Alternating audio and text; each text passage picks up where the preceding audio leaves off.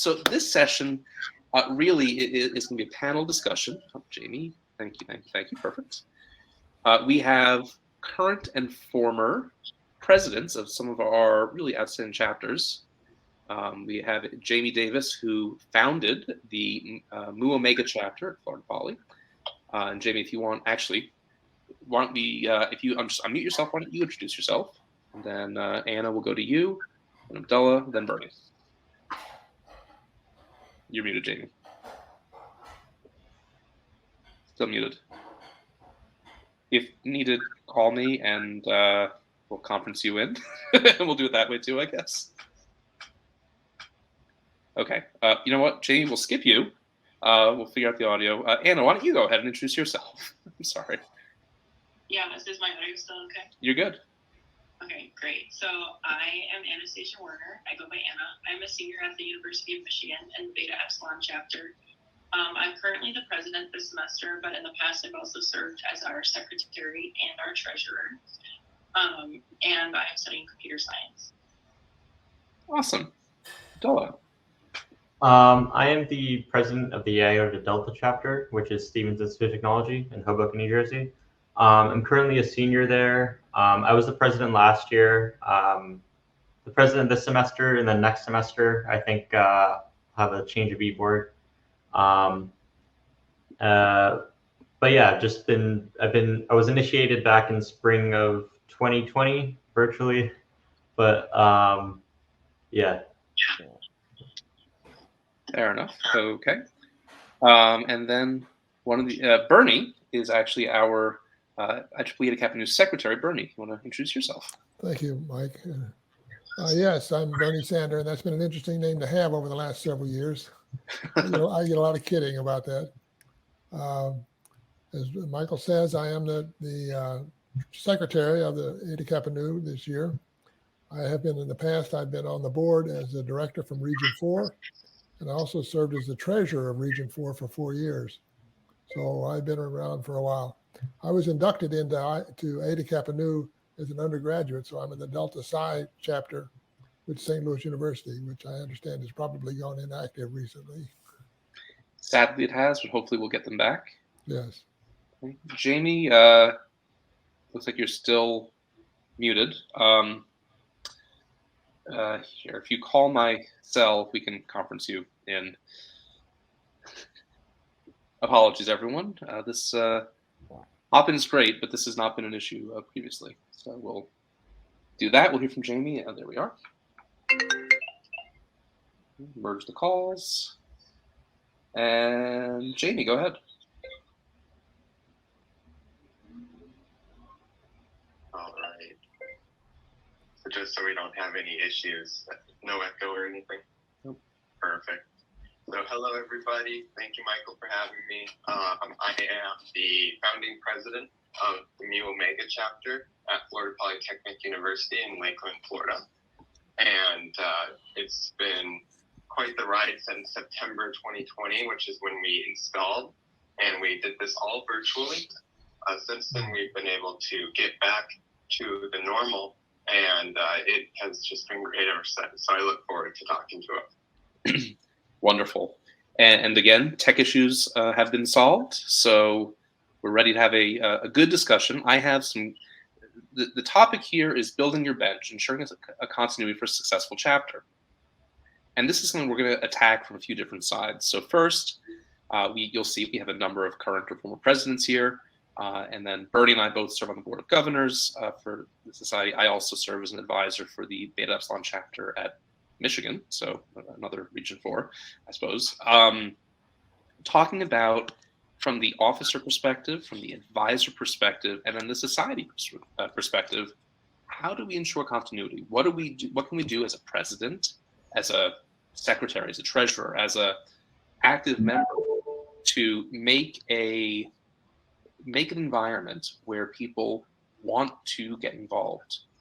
And for those that were in the nuts and bolts session last hour, we talked about ensuring, 3 weeks to at least a month of transition time, right? When you elect new officers, such that you don't just elect new people and then the old people are gone, right? So that's kind of a structural thing. But beyond that, there's the human aspect. And the people we have on the screen here really are experts in this. And we'd also like to make this interactive. So I'm going to ask a few questions again just to get us kicked off. But we'd love to have you as our audience attendees. If you have a question or comment, please request to share your screen, your audio and video, and you can join us live and ask the question. Or if you'd like, post in the chat, and one of us will see it and we can speak to it. So first, we can kind of go around the horn in whatever order. Principally, I guess, for Abdullah, Anna, and Jamie. Tell us about your chapter. How many members do you have, approximately? And how many officer roles do you have? Do you have just the 6 required, fewer than that, more than that? And how often do you elect new officers? So whoever wants to go first, please feel free. Go ahead, Jamie. So we've had 2 induction ceremonies, the first one being also the installation ceremony. Over that time, we've inducted 35 members, some of whom have already actually graduated, so that's exciting. However, that means there's less of us, so we're looking to have another induction soon. But keeping those members up and at it and getting them into events is really important. A lot of our events tend to be community-centric, so we're having volunteer opportunities for the most part. One of our biggest ones is a highway we adopted, we clean up. The big part about this, we're going onto highway in sunny Florida, so it's hard work. We were able to clean up about 200 pounds of trash each time, but it's not the funnest thing. So how do you get people to do that? For us, we do this on a Saturday, and on Saturday, we just so happen to have a farmer's market nearby. So, and thank you, Michael. So you have this farmer's market, so what we ended up doing is saying, hey, if you go ahead and you help us out, we'll all treat you to the farmer's market, maybe go downtown, grab a slice of pizza, hang out. And it's been a really big hit because people enjoy having that kind of reward. So getting something that's not only rewarding to help your community, but also rewarding in the sense that, they can be a little selfish afterwards is really key. Awesome, thank you.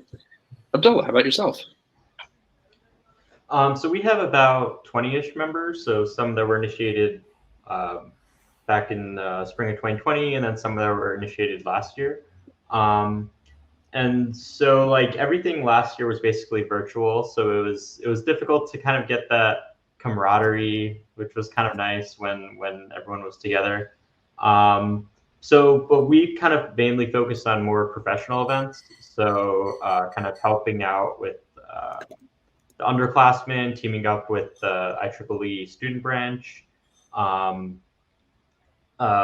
We invited professors over to kind of give talks on their research and what they're trying to do, who are what kind of students they're trying to recruit. And then now we're hopefully gonna go back to kind of more in-person fun events and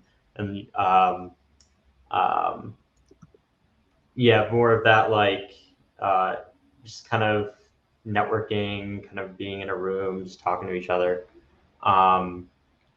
But as far as e-board transition goes or position transitions, I think it's really important to do your election early on in the semester so that you have enough time where the new person isn't just brought into the position and then you graduate and leave.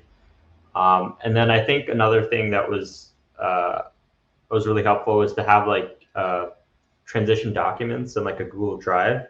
So we created a Google Drive now, and we'll hopefully put we put all our meeting notes in there, and then we'll put the transition documents at the end of our term. And then even future presidents from 2-3 years from now can go back and see, what did they do back then? What are some ideas they had? And then maybe we can adopt them again if they don't exist anymore. Perfect. Anna? Yeah, so at Michigan, we induct about 30 or 40 members every semester, which means that we have at least 120 active members on our roster. And what we usually see is about 40 continuing active members after they elect. So our biggest challenge is trying to retain active member involvement. Also, just to check if my audio is still okay. Yep, you're good. Okay. So one way that we try to keep our actives involved is at the beginning of every semester, we have an actives exclusive meeting for like general meeting. And then we also have active exclusive events, mostly because the inductees haven't been involved, but then it's a chance for the actives to just hang out and have fun with people that they already know and just have a pretty good time together and kind of keep that community established. So we are decently big chapter. We have 11 officers, the newest of which is a diversity, equity, and inclusion officer, which we're kind of trying to define the role for right now. And we do officer elections every semester.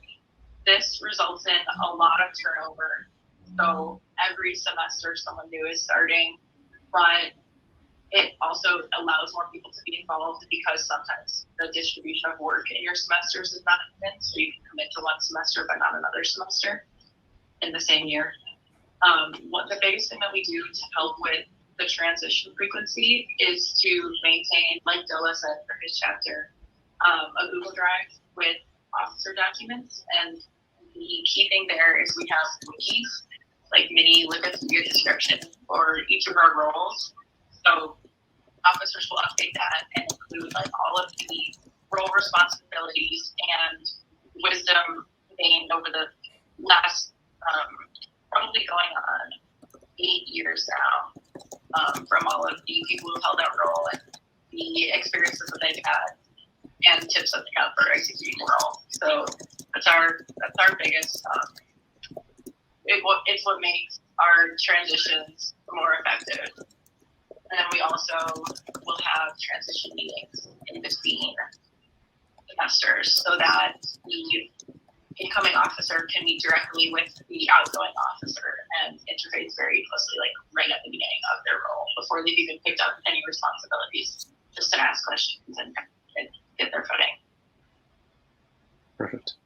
So now another question I think that will, Bernie will want your input on this as well. So, and this is I put this in the chat and change it slightly. When you have elections, are they often contested? Now I know for Mu Omega, relatively new, so often is a relative term. But, again, do you currently see for your chapters, and again, we asked each of you to be here because your chapters are in very different states of your life, either very new, mid-sized, bigger, struggling to find this or that, which is fantastic. Do you see people stepping up? Do you have to cajole? And if so, how do you, for each of you as current former president, get people to step up and take on the next role? And then Bernie, for you, in your volunteering capacity within, IEEE, HKN, et cetera, you've been in a similar role, right? Trying to get people to come in and go a Y role. What have you found successful? So let's start with Anna on that one, and we'll go around the other way, and Bernie will come to you at the end, so you can bring that the different perspective there. Anna? Right. So you're asking about how do we encourage people to run for officer positions, or how do we encourage officers to take ownership of their role? Both, in some sense. Yeah, absolutely both. One way that we try to prepare people for officer positions, if they're interested, is have chair roles available, which are mini officer positions where it's open to electees as well. So interested members can take control of a single project, like for our chapter, or managing our chapter scholarship, or helping assist the corporate relations officer with tech talks. And usually those are kind of a feeder system to being to electing to be an officer, or to running for being an officer. And then when it comes to actually, once the office is established, having them take ownership of their roles, what that usually looks like for us is, as the president, I kind of keep tabs on, like mentally keep tabs on everything that I know needs to be going on at a certain point. And then in our officer meeting, if I don't hear someone mention something specific, I'll kind of ask about that and make sure it's going okay, and encourage them to make a step forward on it and kind of give them an example of what that would look like. So if, for example, for this conference, kind of one thing that the president's role would be is, we know that this conference exists, and the conference publication and evangelization is not defined in our officer roles. But I looked at it and I said, okay, this probably should be something that the corporate relations officer discusses or communicates, because the role of the corporate relations officer is to kind of communicate career opportunities, which this conference involves. So I reached out to the corporate relations officer and said, can you take ownership of publicizing this and getting our electees and actives involved in it? So part of it is kind of giving them hands-on small things to take up as they work on their roles as a whole. Thank you. Abdullah. So kind of like the same things, it all kind of starts with when they're candidates or electees, you bring them into events, you kind of bring them into the organization. And then once they start participating in the organization, then we normally have these general body meetings. So we kind of take the input of our members towards our future events.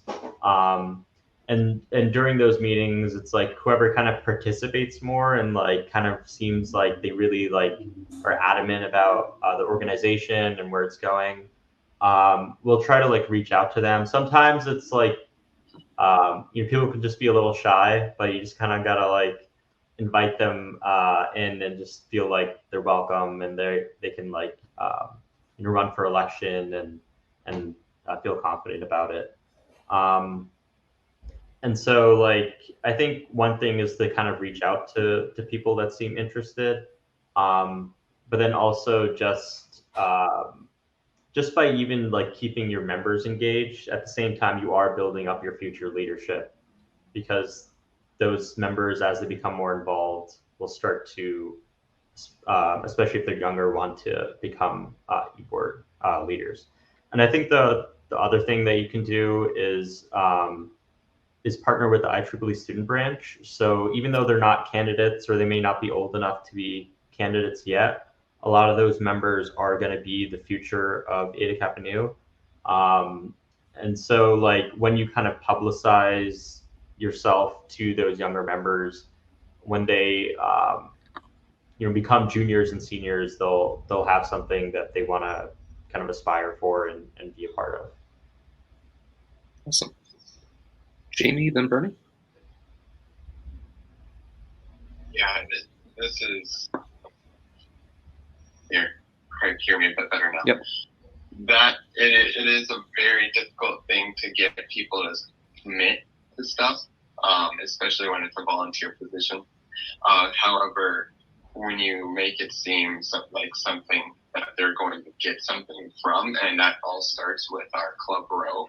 Our club row is when all the clubs get together, and there's just masses of people. Granted, we only have 1,500 students in our whole university, so it's masses. But we have these people coming in, and we're like, hey, this is us. And, word has spread quite quickly with us. I get people coming up to me who I've never seen before. So kind of going off of what Abdullah said,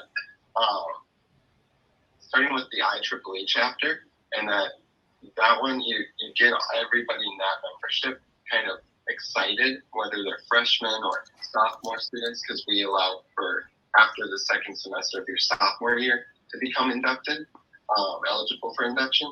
And so, being able to get that hype up and get everyone excited to keep their grades up is great, because I will say that inducting juniors and seniors, especially the leaders, you find that they don't have as much time, because not only do they have schoolwork, not only do they have internships, but a lot of all of my executive board is a part of the Student Government Association on our campus to some degree.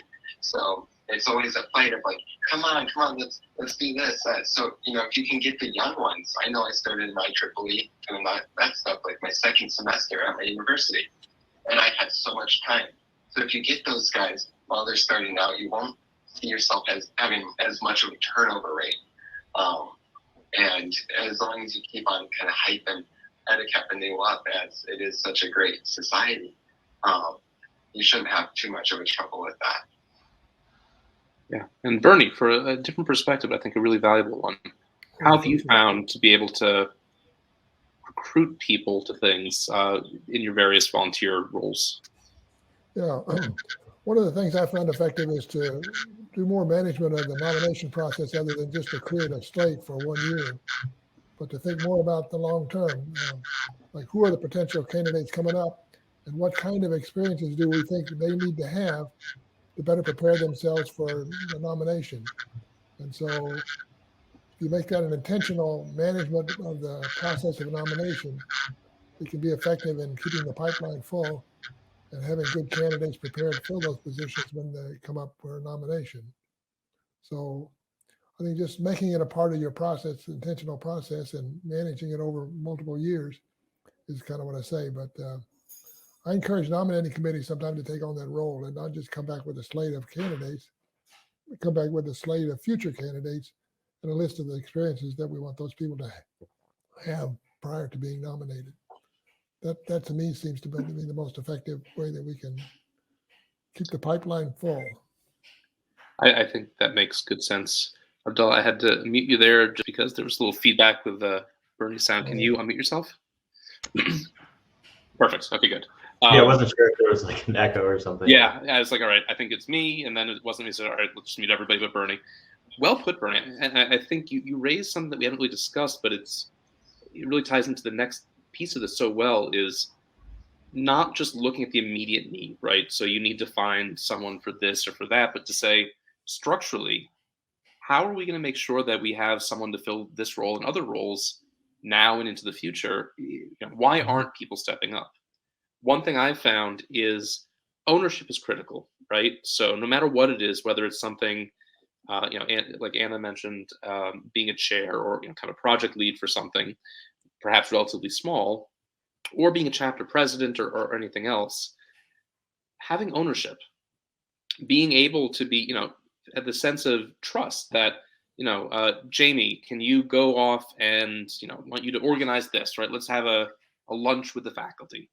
And, Jamie, knowing that he's trusted, if he needs help, he can ask the other officers, whatever it might be, but it's his event, right?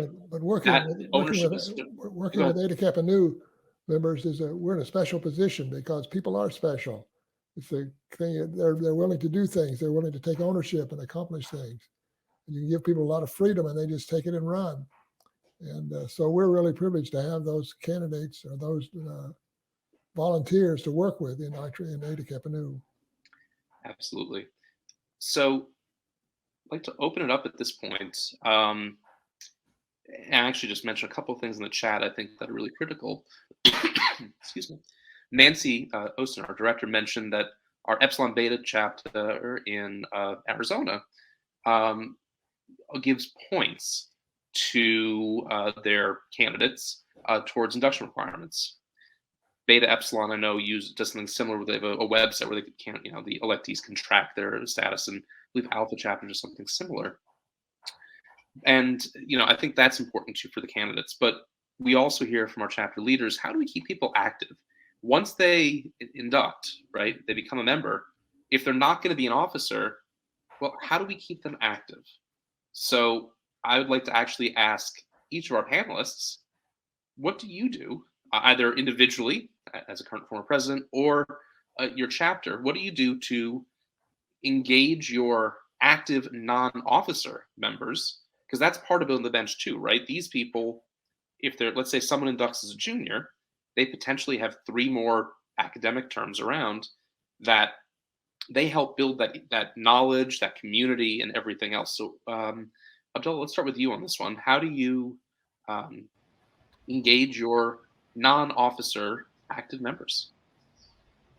So I think just like doing programs that aren't just kind of pure like the e-board speaking at like the members. So I think like mentorship opportunities is kind of one of the big ones. So a lot of the times, you know, you have a lot more undergrads than you do have e-boards, and so you need a lot of members, and then and members often like to kind of mentor younger students, give them like their experiences, what they did during their internships and that kind of thing.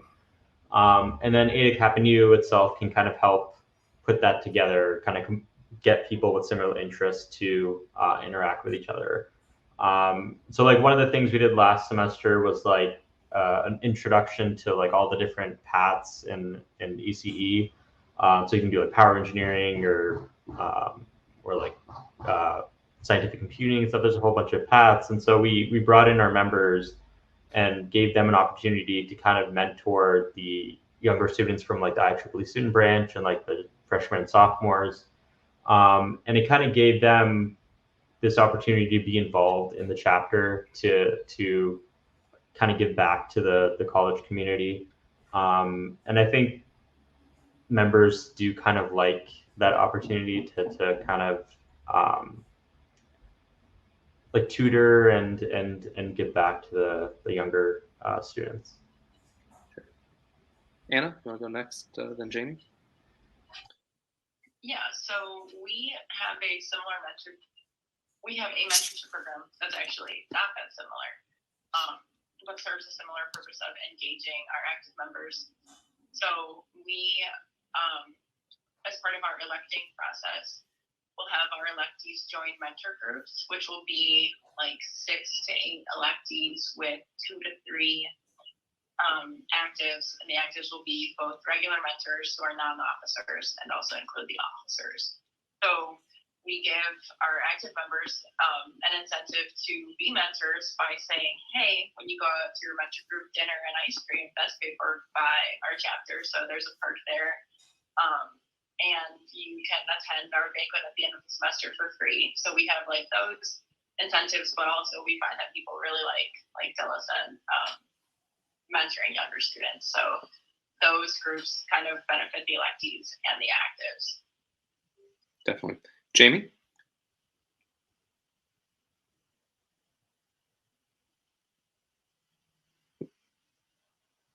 All right.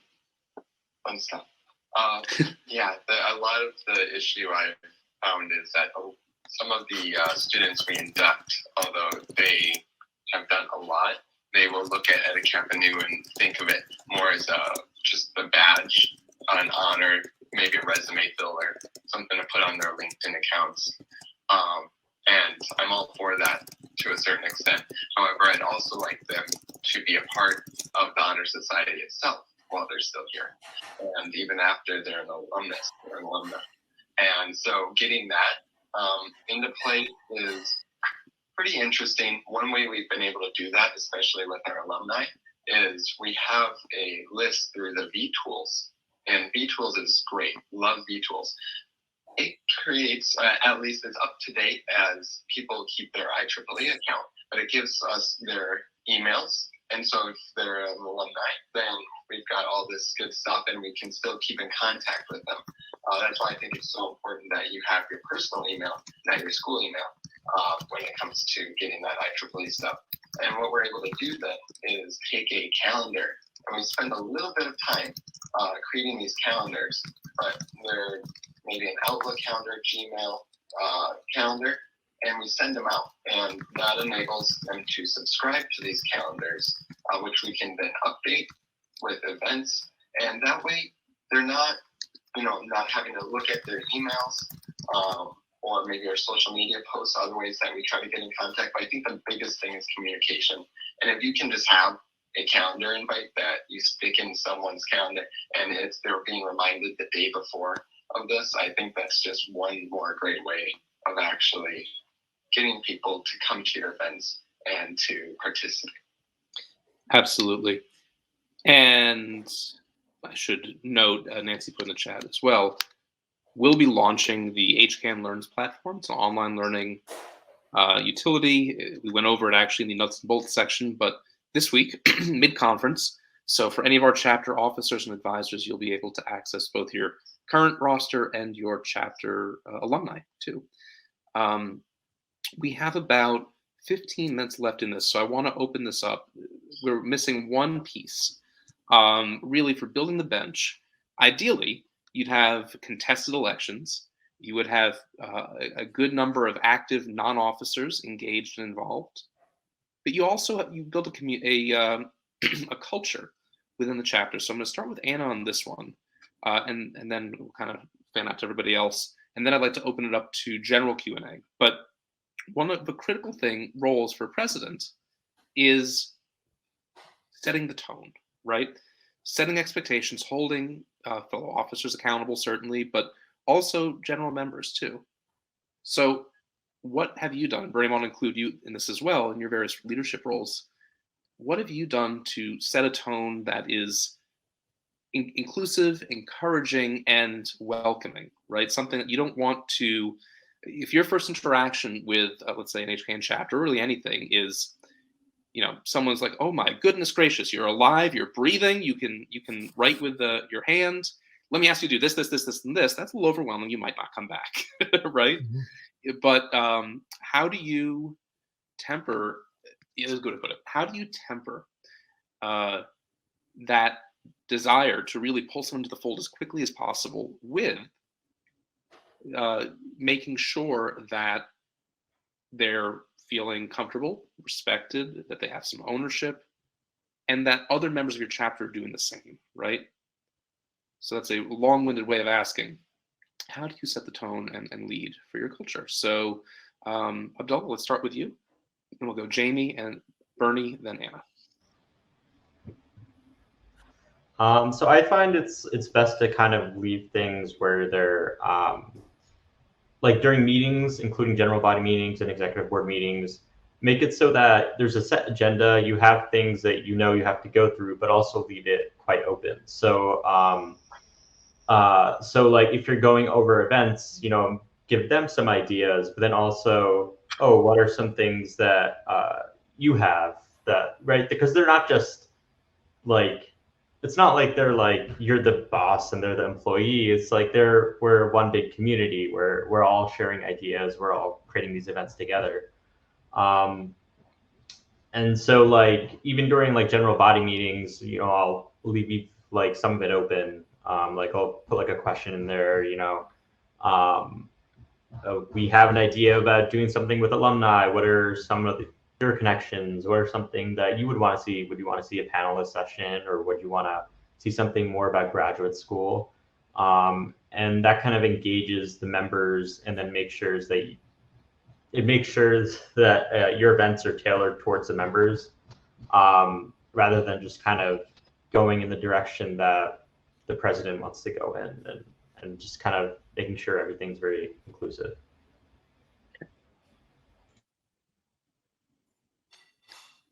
Excellent. I forget the order I said. Who was next? Jamie? Anna? Jamie, I think. Jamie, thank you. Right. Then Bernie, then Anna. That's right, I think. Yeah, I'll be honest, keep it short and sweet. Your members have to want to do stuff that you want to do. But in the end, as a president, I'm just here to I know where I want this to go. I know how much time I've got left, and I'm trying to set that foundation, create that bench. So making sure that your members are the voice, because in the end, the board is always the minority. Just making sure they have a voice in all of it is really important. Really well put. Bernie? Very simply, just say thank you. Show your appreciation for whatever they do, because it doesn't take much sometimes, but just making sure that people feel like they're appreciated makes a huge difference in their willingness to take on jobs and to help you out with things. So, and I think sometimes the way to show appreciation is just introducing them to other people in the organization that maybe they would want to get to know, or that would be helpful to them in their careers in the future. That's one of the ways of showing appreciation. And then also giving people freedom. And as Abdul said, being willing when you run a meeting to accept the will of the people or the will of the members there, rather than trying to dictate what you want to see happen as the chair of the committee or whatever. Being willing to accept input and to say, everybody wants to do this, so this is where we're going. Because that also helps with ownership and independence in terms of taking things on and getting them done themselves. So there's other things, but just an appreciation for what people do is, I think, the big thing, and just saying thank you. Well put. If I might add, Please. the best way that I've found to show appreciation is we take 1,000,001 photos everywhere, and putting someone up on their on a social media page and being like, thank you to this person, and then they're able to take that, and they're always putting it like on their stories on Instagram, or they're reposting it on LinkedIn. You can tell that they just love having that gratificating moment of seeing themselves on our media posts. So I think that's a great way to give them that appreciation that they really deserve. Absolutely. Anna? Wow, I am definitely learning from you guys as well and taking notes on things that we're going to start working on as well. The answer that I have for you guys is a little bit of a different direction. We focus a lot on involving our electees when they are joining the chapter before they're inducted. And so one way that we do that is by having those prospective members meet one-on-one with officers and kind of get a chance to just like talk and learn about them in a very informal like interview. We also to start like bonding the officer board, because an officer board that is very friendly, close with each other, high energy, and comfortable in that role is really a marker of a lot of our success in the past. Is when I look back at our chapters, or our chapter history and the semesters that I've been involved, the semesters where the officer board was very tight-knit and high energy were the best semesters by far, in part because they kind of led the energy and led the community. And that kind of dispersed to our actives and our electees as well. So the way that we work on officer bonding is we started doing, hopefully in most semesters this happens, a like 2 to 3 day officer retreat before the semester or during a semester where they can just hang out, get to know each other. Because we find that a lot of our officers, when they get put on a board together, there's a lot of us, we haven't spent that much time together. And that really helps break down a lot of awkwardness and gets people talking and gets people ready for the semester. And then during our officer weekly meetings, we'll ask everybody their highs and lows of the week just to get people talking, to get people familiar with what's going on in each other's lives, because we do have a lot to accomplish in that meeting. But it's nice to start with that icebreaker where people can talk about themselves for a little bit too, and vent or share a success story with just like what the last week has been for them. Fantastic. Nancy is a prolific poster in our chat. So for those that might not be able to see that, just quickly note some things. And I would just say first, we're not done yet, but thank you so much to our 4 panelists. Again, I'm learning a lot from each of you, and just, like Bernie said, thank you, truly. Your insights are remarkable, and I hope they're as beneficial for everyone here as they are for me. Nancy noted that we have awards, and society-wide. So I know most of our panelist chapters recognize an outstanding professor or teacher each year. If you don't do that, you should. And if you do, you should be nominating that person for our Outstanding Teaching Award. There are a couple eligibility issues there where someone that you recognize may not qualify, but check it out. They probably do, and it's really worthwhile. We also have Outstanding Student Award, and many others. As a chapter, you can certainly win the Outstanding Chapter Award. So definitely nominate people, your alumni for the Distinguished Service Award, for example, et cetera, et cetera. There's so many phenomenal awards that we as a society use to recognize those that are deserving and worthy. Also, the Bridge magazine. It is the #2 most downloaded publication in the IEEE app, and it's our magazine. It really is outstanding. The content is great, from technical content to chapter updates and everything in between. If your chapter isn't submitting an update to the Bridge, what's going on? How many people did you induct? What's an event you're most proud of? Did you win an award? Do so. Maybe you'll see yourself published. And also, too, Katie just posted. They've been capturing great advice on our Twitter thread. This is also available in the conference. If you go to the reception area, don't go yet. If you click on the Twitter tab, you'll see it there. But thank you, Katie. So one last thing I'm going to say, and then we'll really open it up, is thank you. Thank you all. Do we have any questions for our panelists or any other comments as to, again, we attacked building the bench and ensuring continuity from a variety of ways. Talk about how we can maintain, keep people engaged, how we can help people feel ownership, how we can make things not overly daunting. At the same point, I think Bernie really put it best, thanking people for what they do, right? And recognize them, whether it's on social media, whether it's a chapter meeting, a chapter newsletter, all of the above, whatever it might be. Saying thank you really does go a long way. And then what Anna pointed out is one-on-one communication, right? If you're new to an organization, one of the leaders, the community leaders, comes out and reaches out to you and say, hey, do you want to get lunch? Or let's talk, let's get to know each other. That shows personal interest. I think Katie commented on that in the chat as well. That's so powerful. So with that, any questions or comments from anyone in the audience? If so, feel free to put it in the chat, or if you're so inclined, feel free to request to share audio and video. We'll add you to the screen, and you can you'll join us up here, and we'd love to hear from you.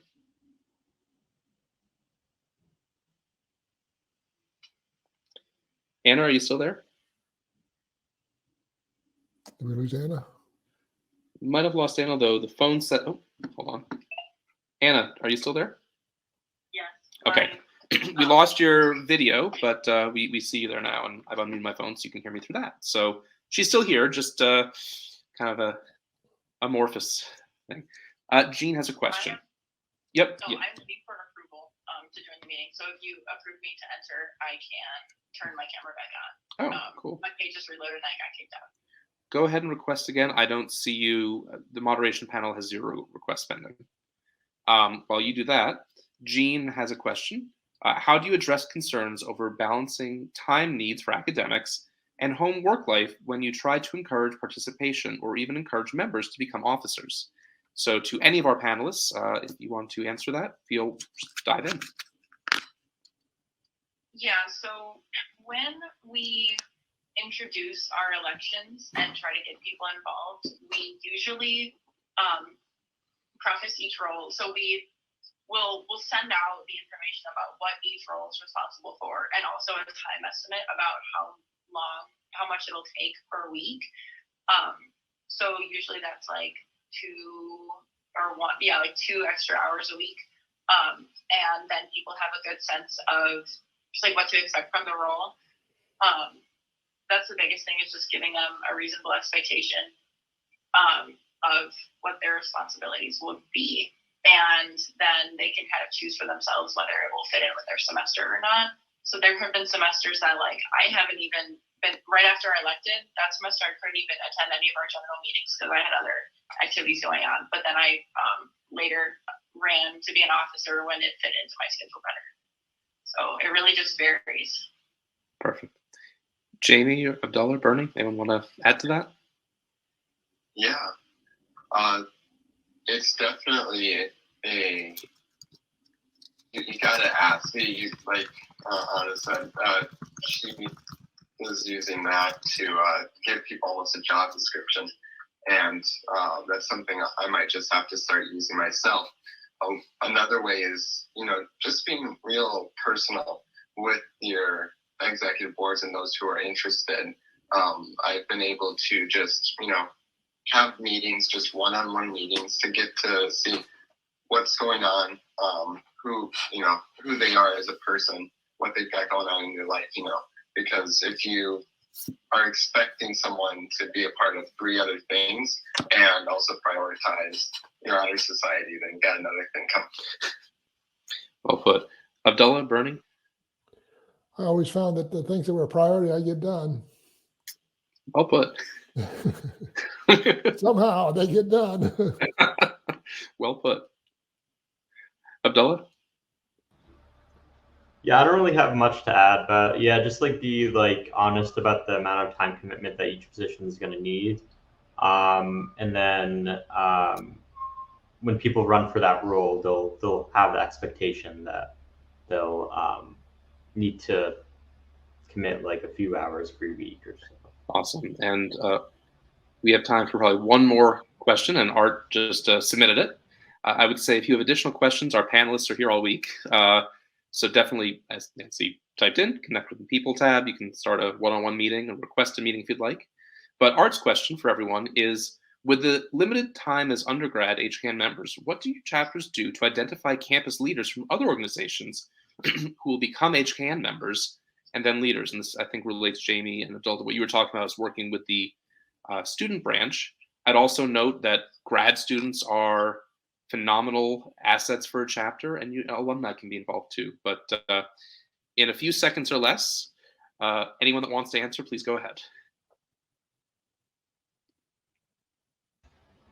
I would just add on that advisors are also like a good way to keep continuity from like year to year, because they're often there for, well, they might be an advisor for 2, 3, 4 years. So they'll be there for a long time, and grad students too. Anna, Bernie, Jamie, anything to add? If not, we'll say it is 12 past the hour. We went a couple minutes over, but a great conversation. I would like to thank all the panelists again and our phenomenal attendees. Thank you for the great questions and comments in the chat. I'll apologize that we had a little technical difficulty at the beginning, but as good Eta Kappa new members, we persevered, and we'll just say thank you again. Enjoy the rest of the day, tomorrow, the rest of the week in the conference, and we'll certainly see you in our next session. So Anna, Abdullah, Bernie, Jamie, thank you all again, and everyone have a phenomenal day.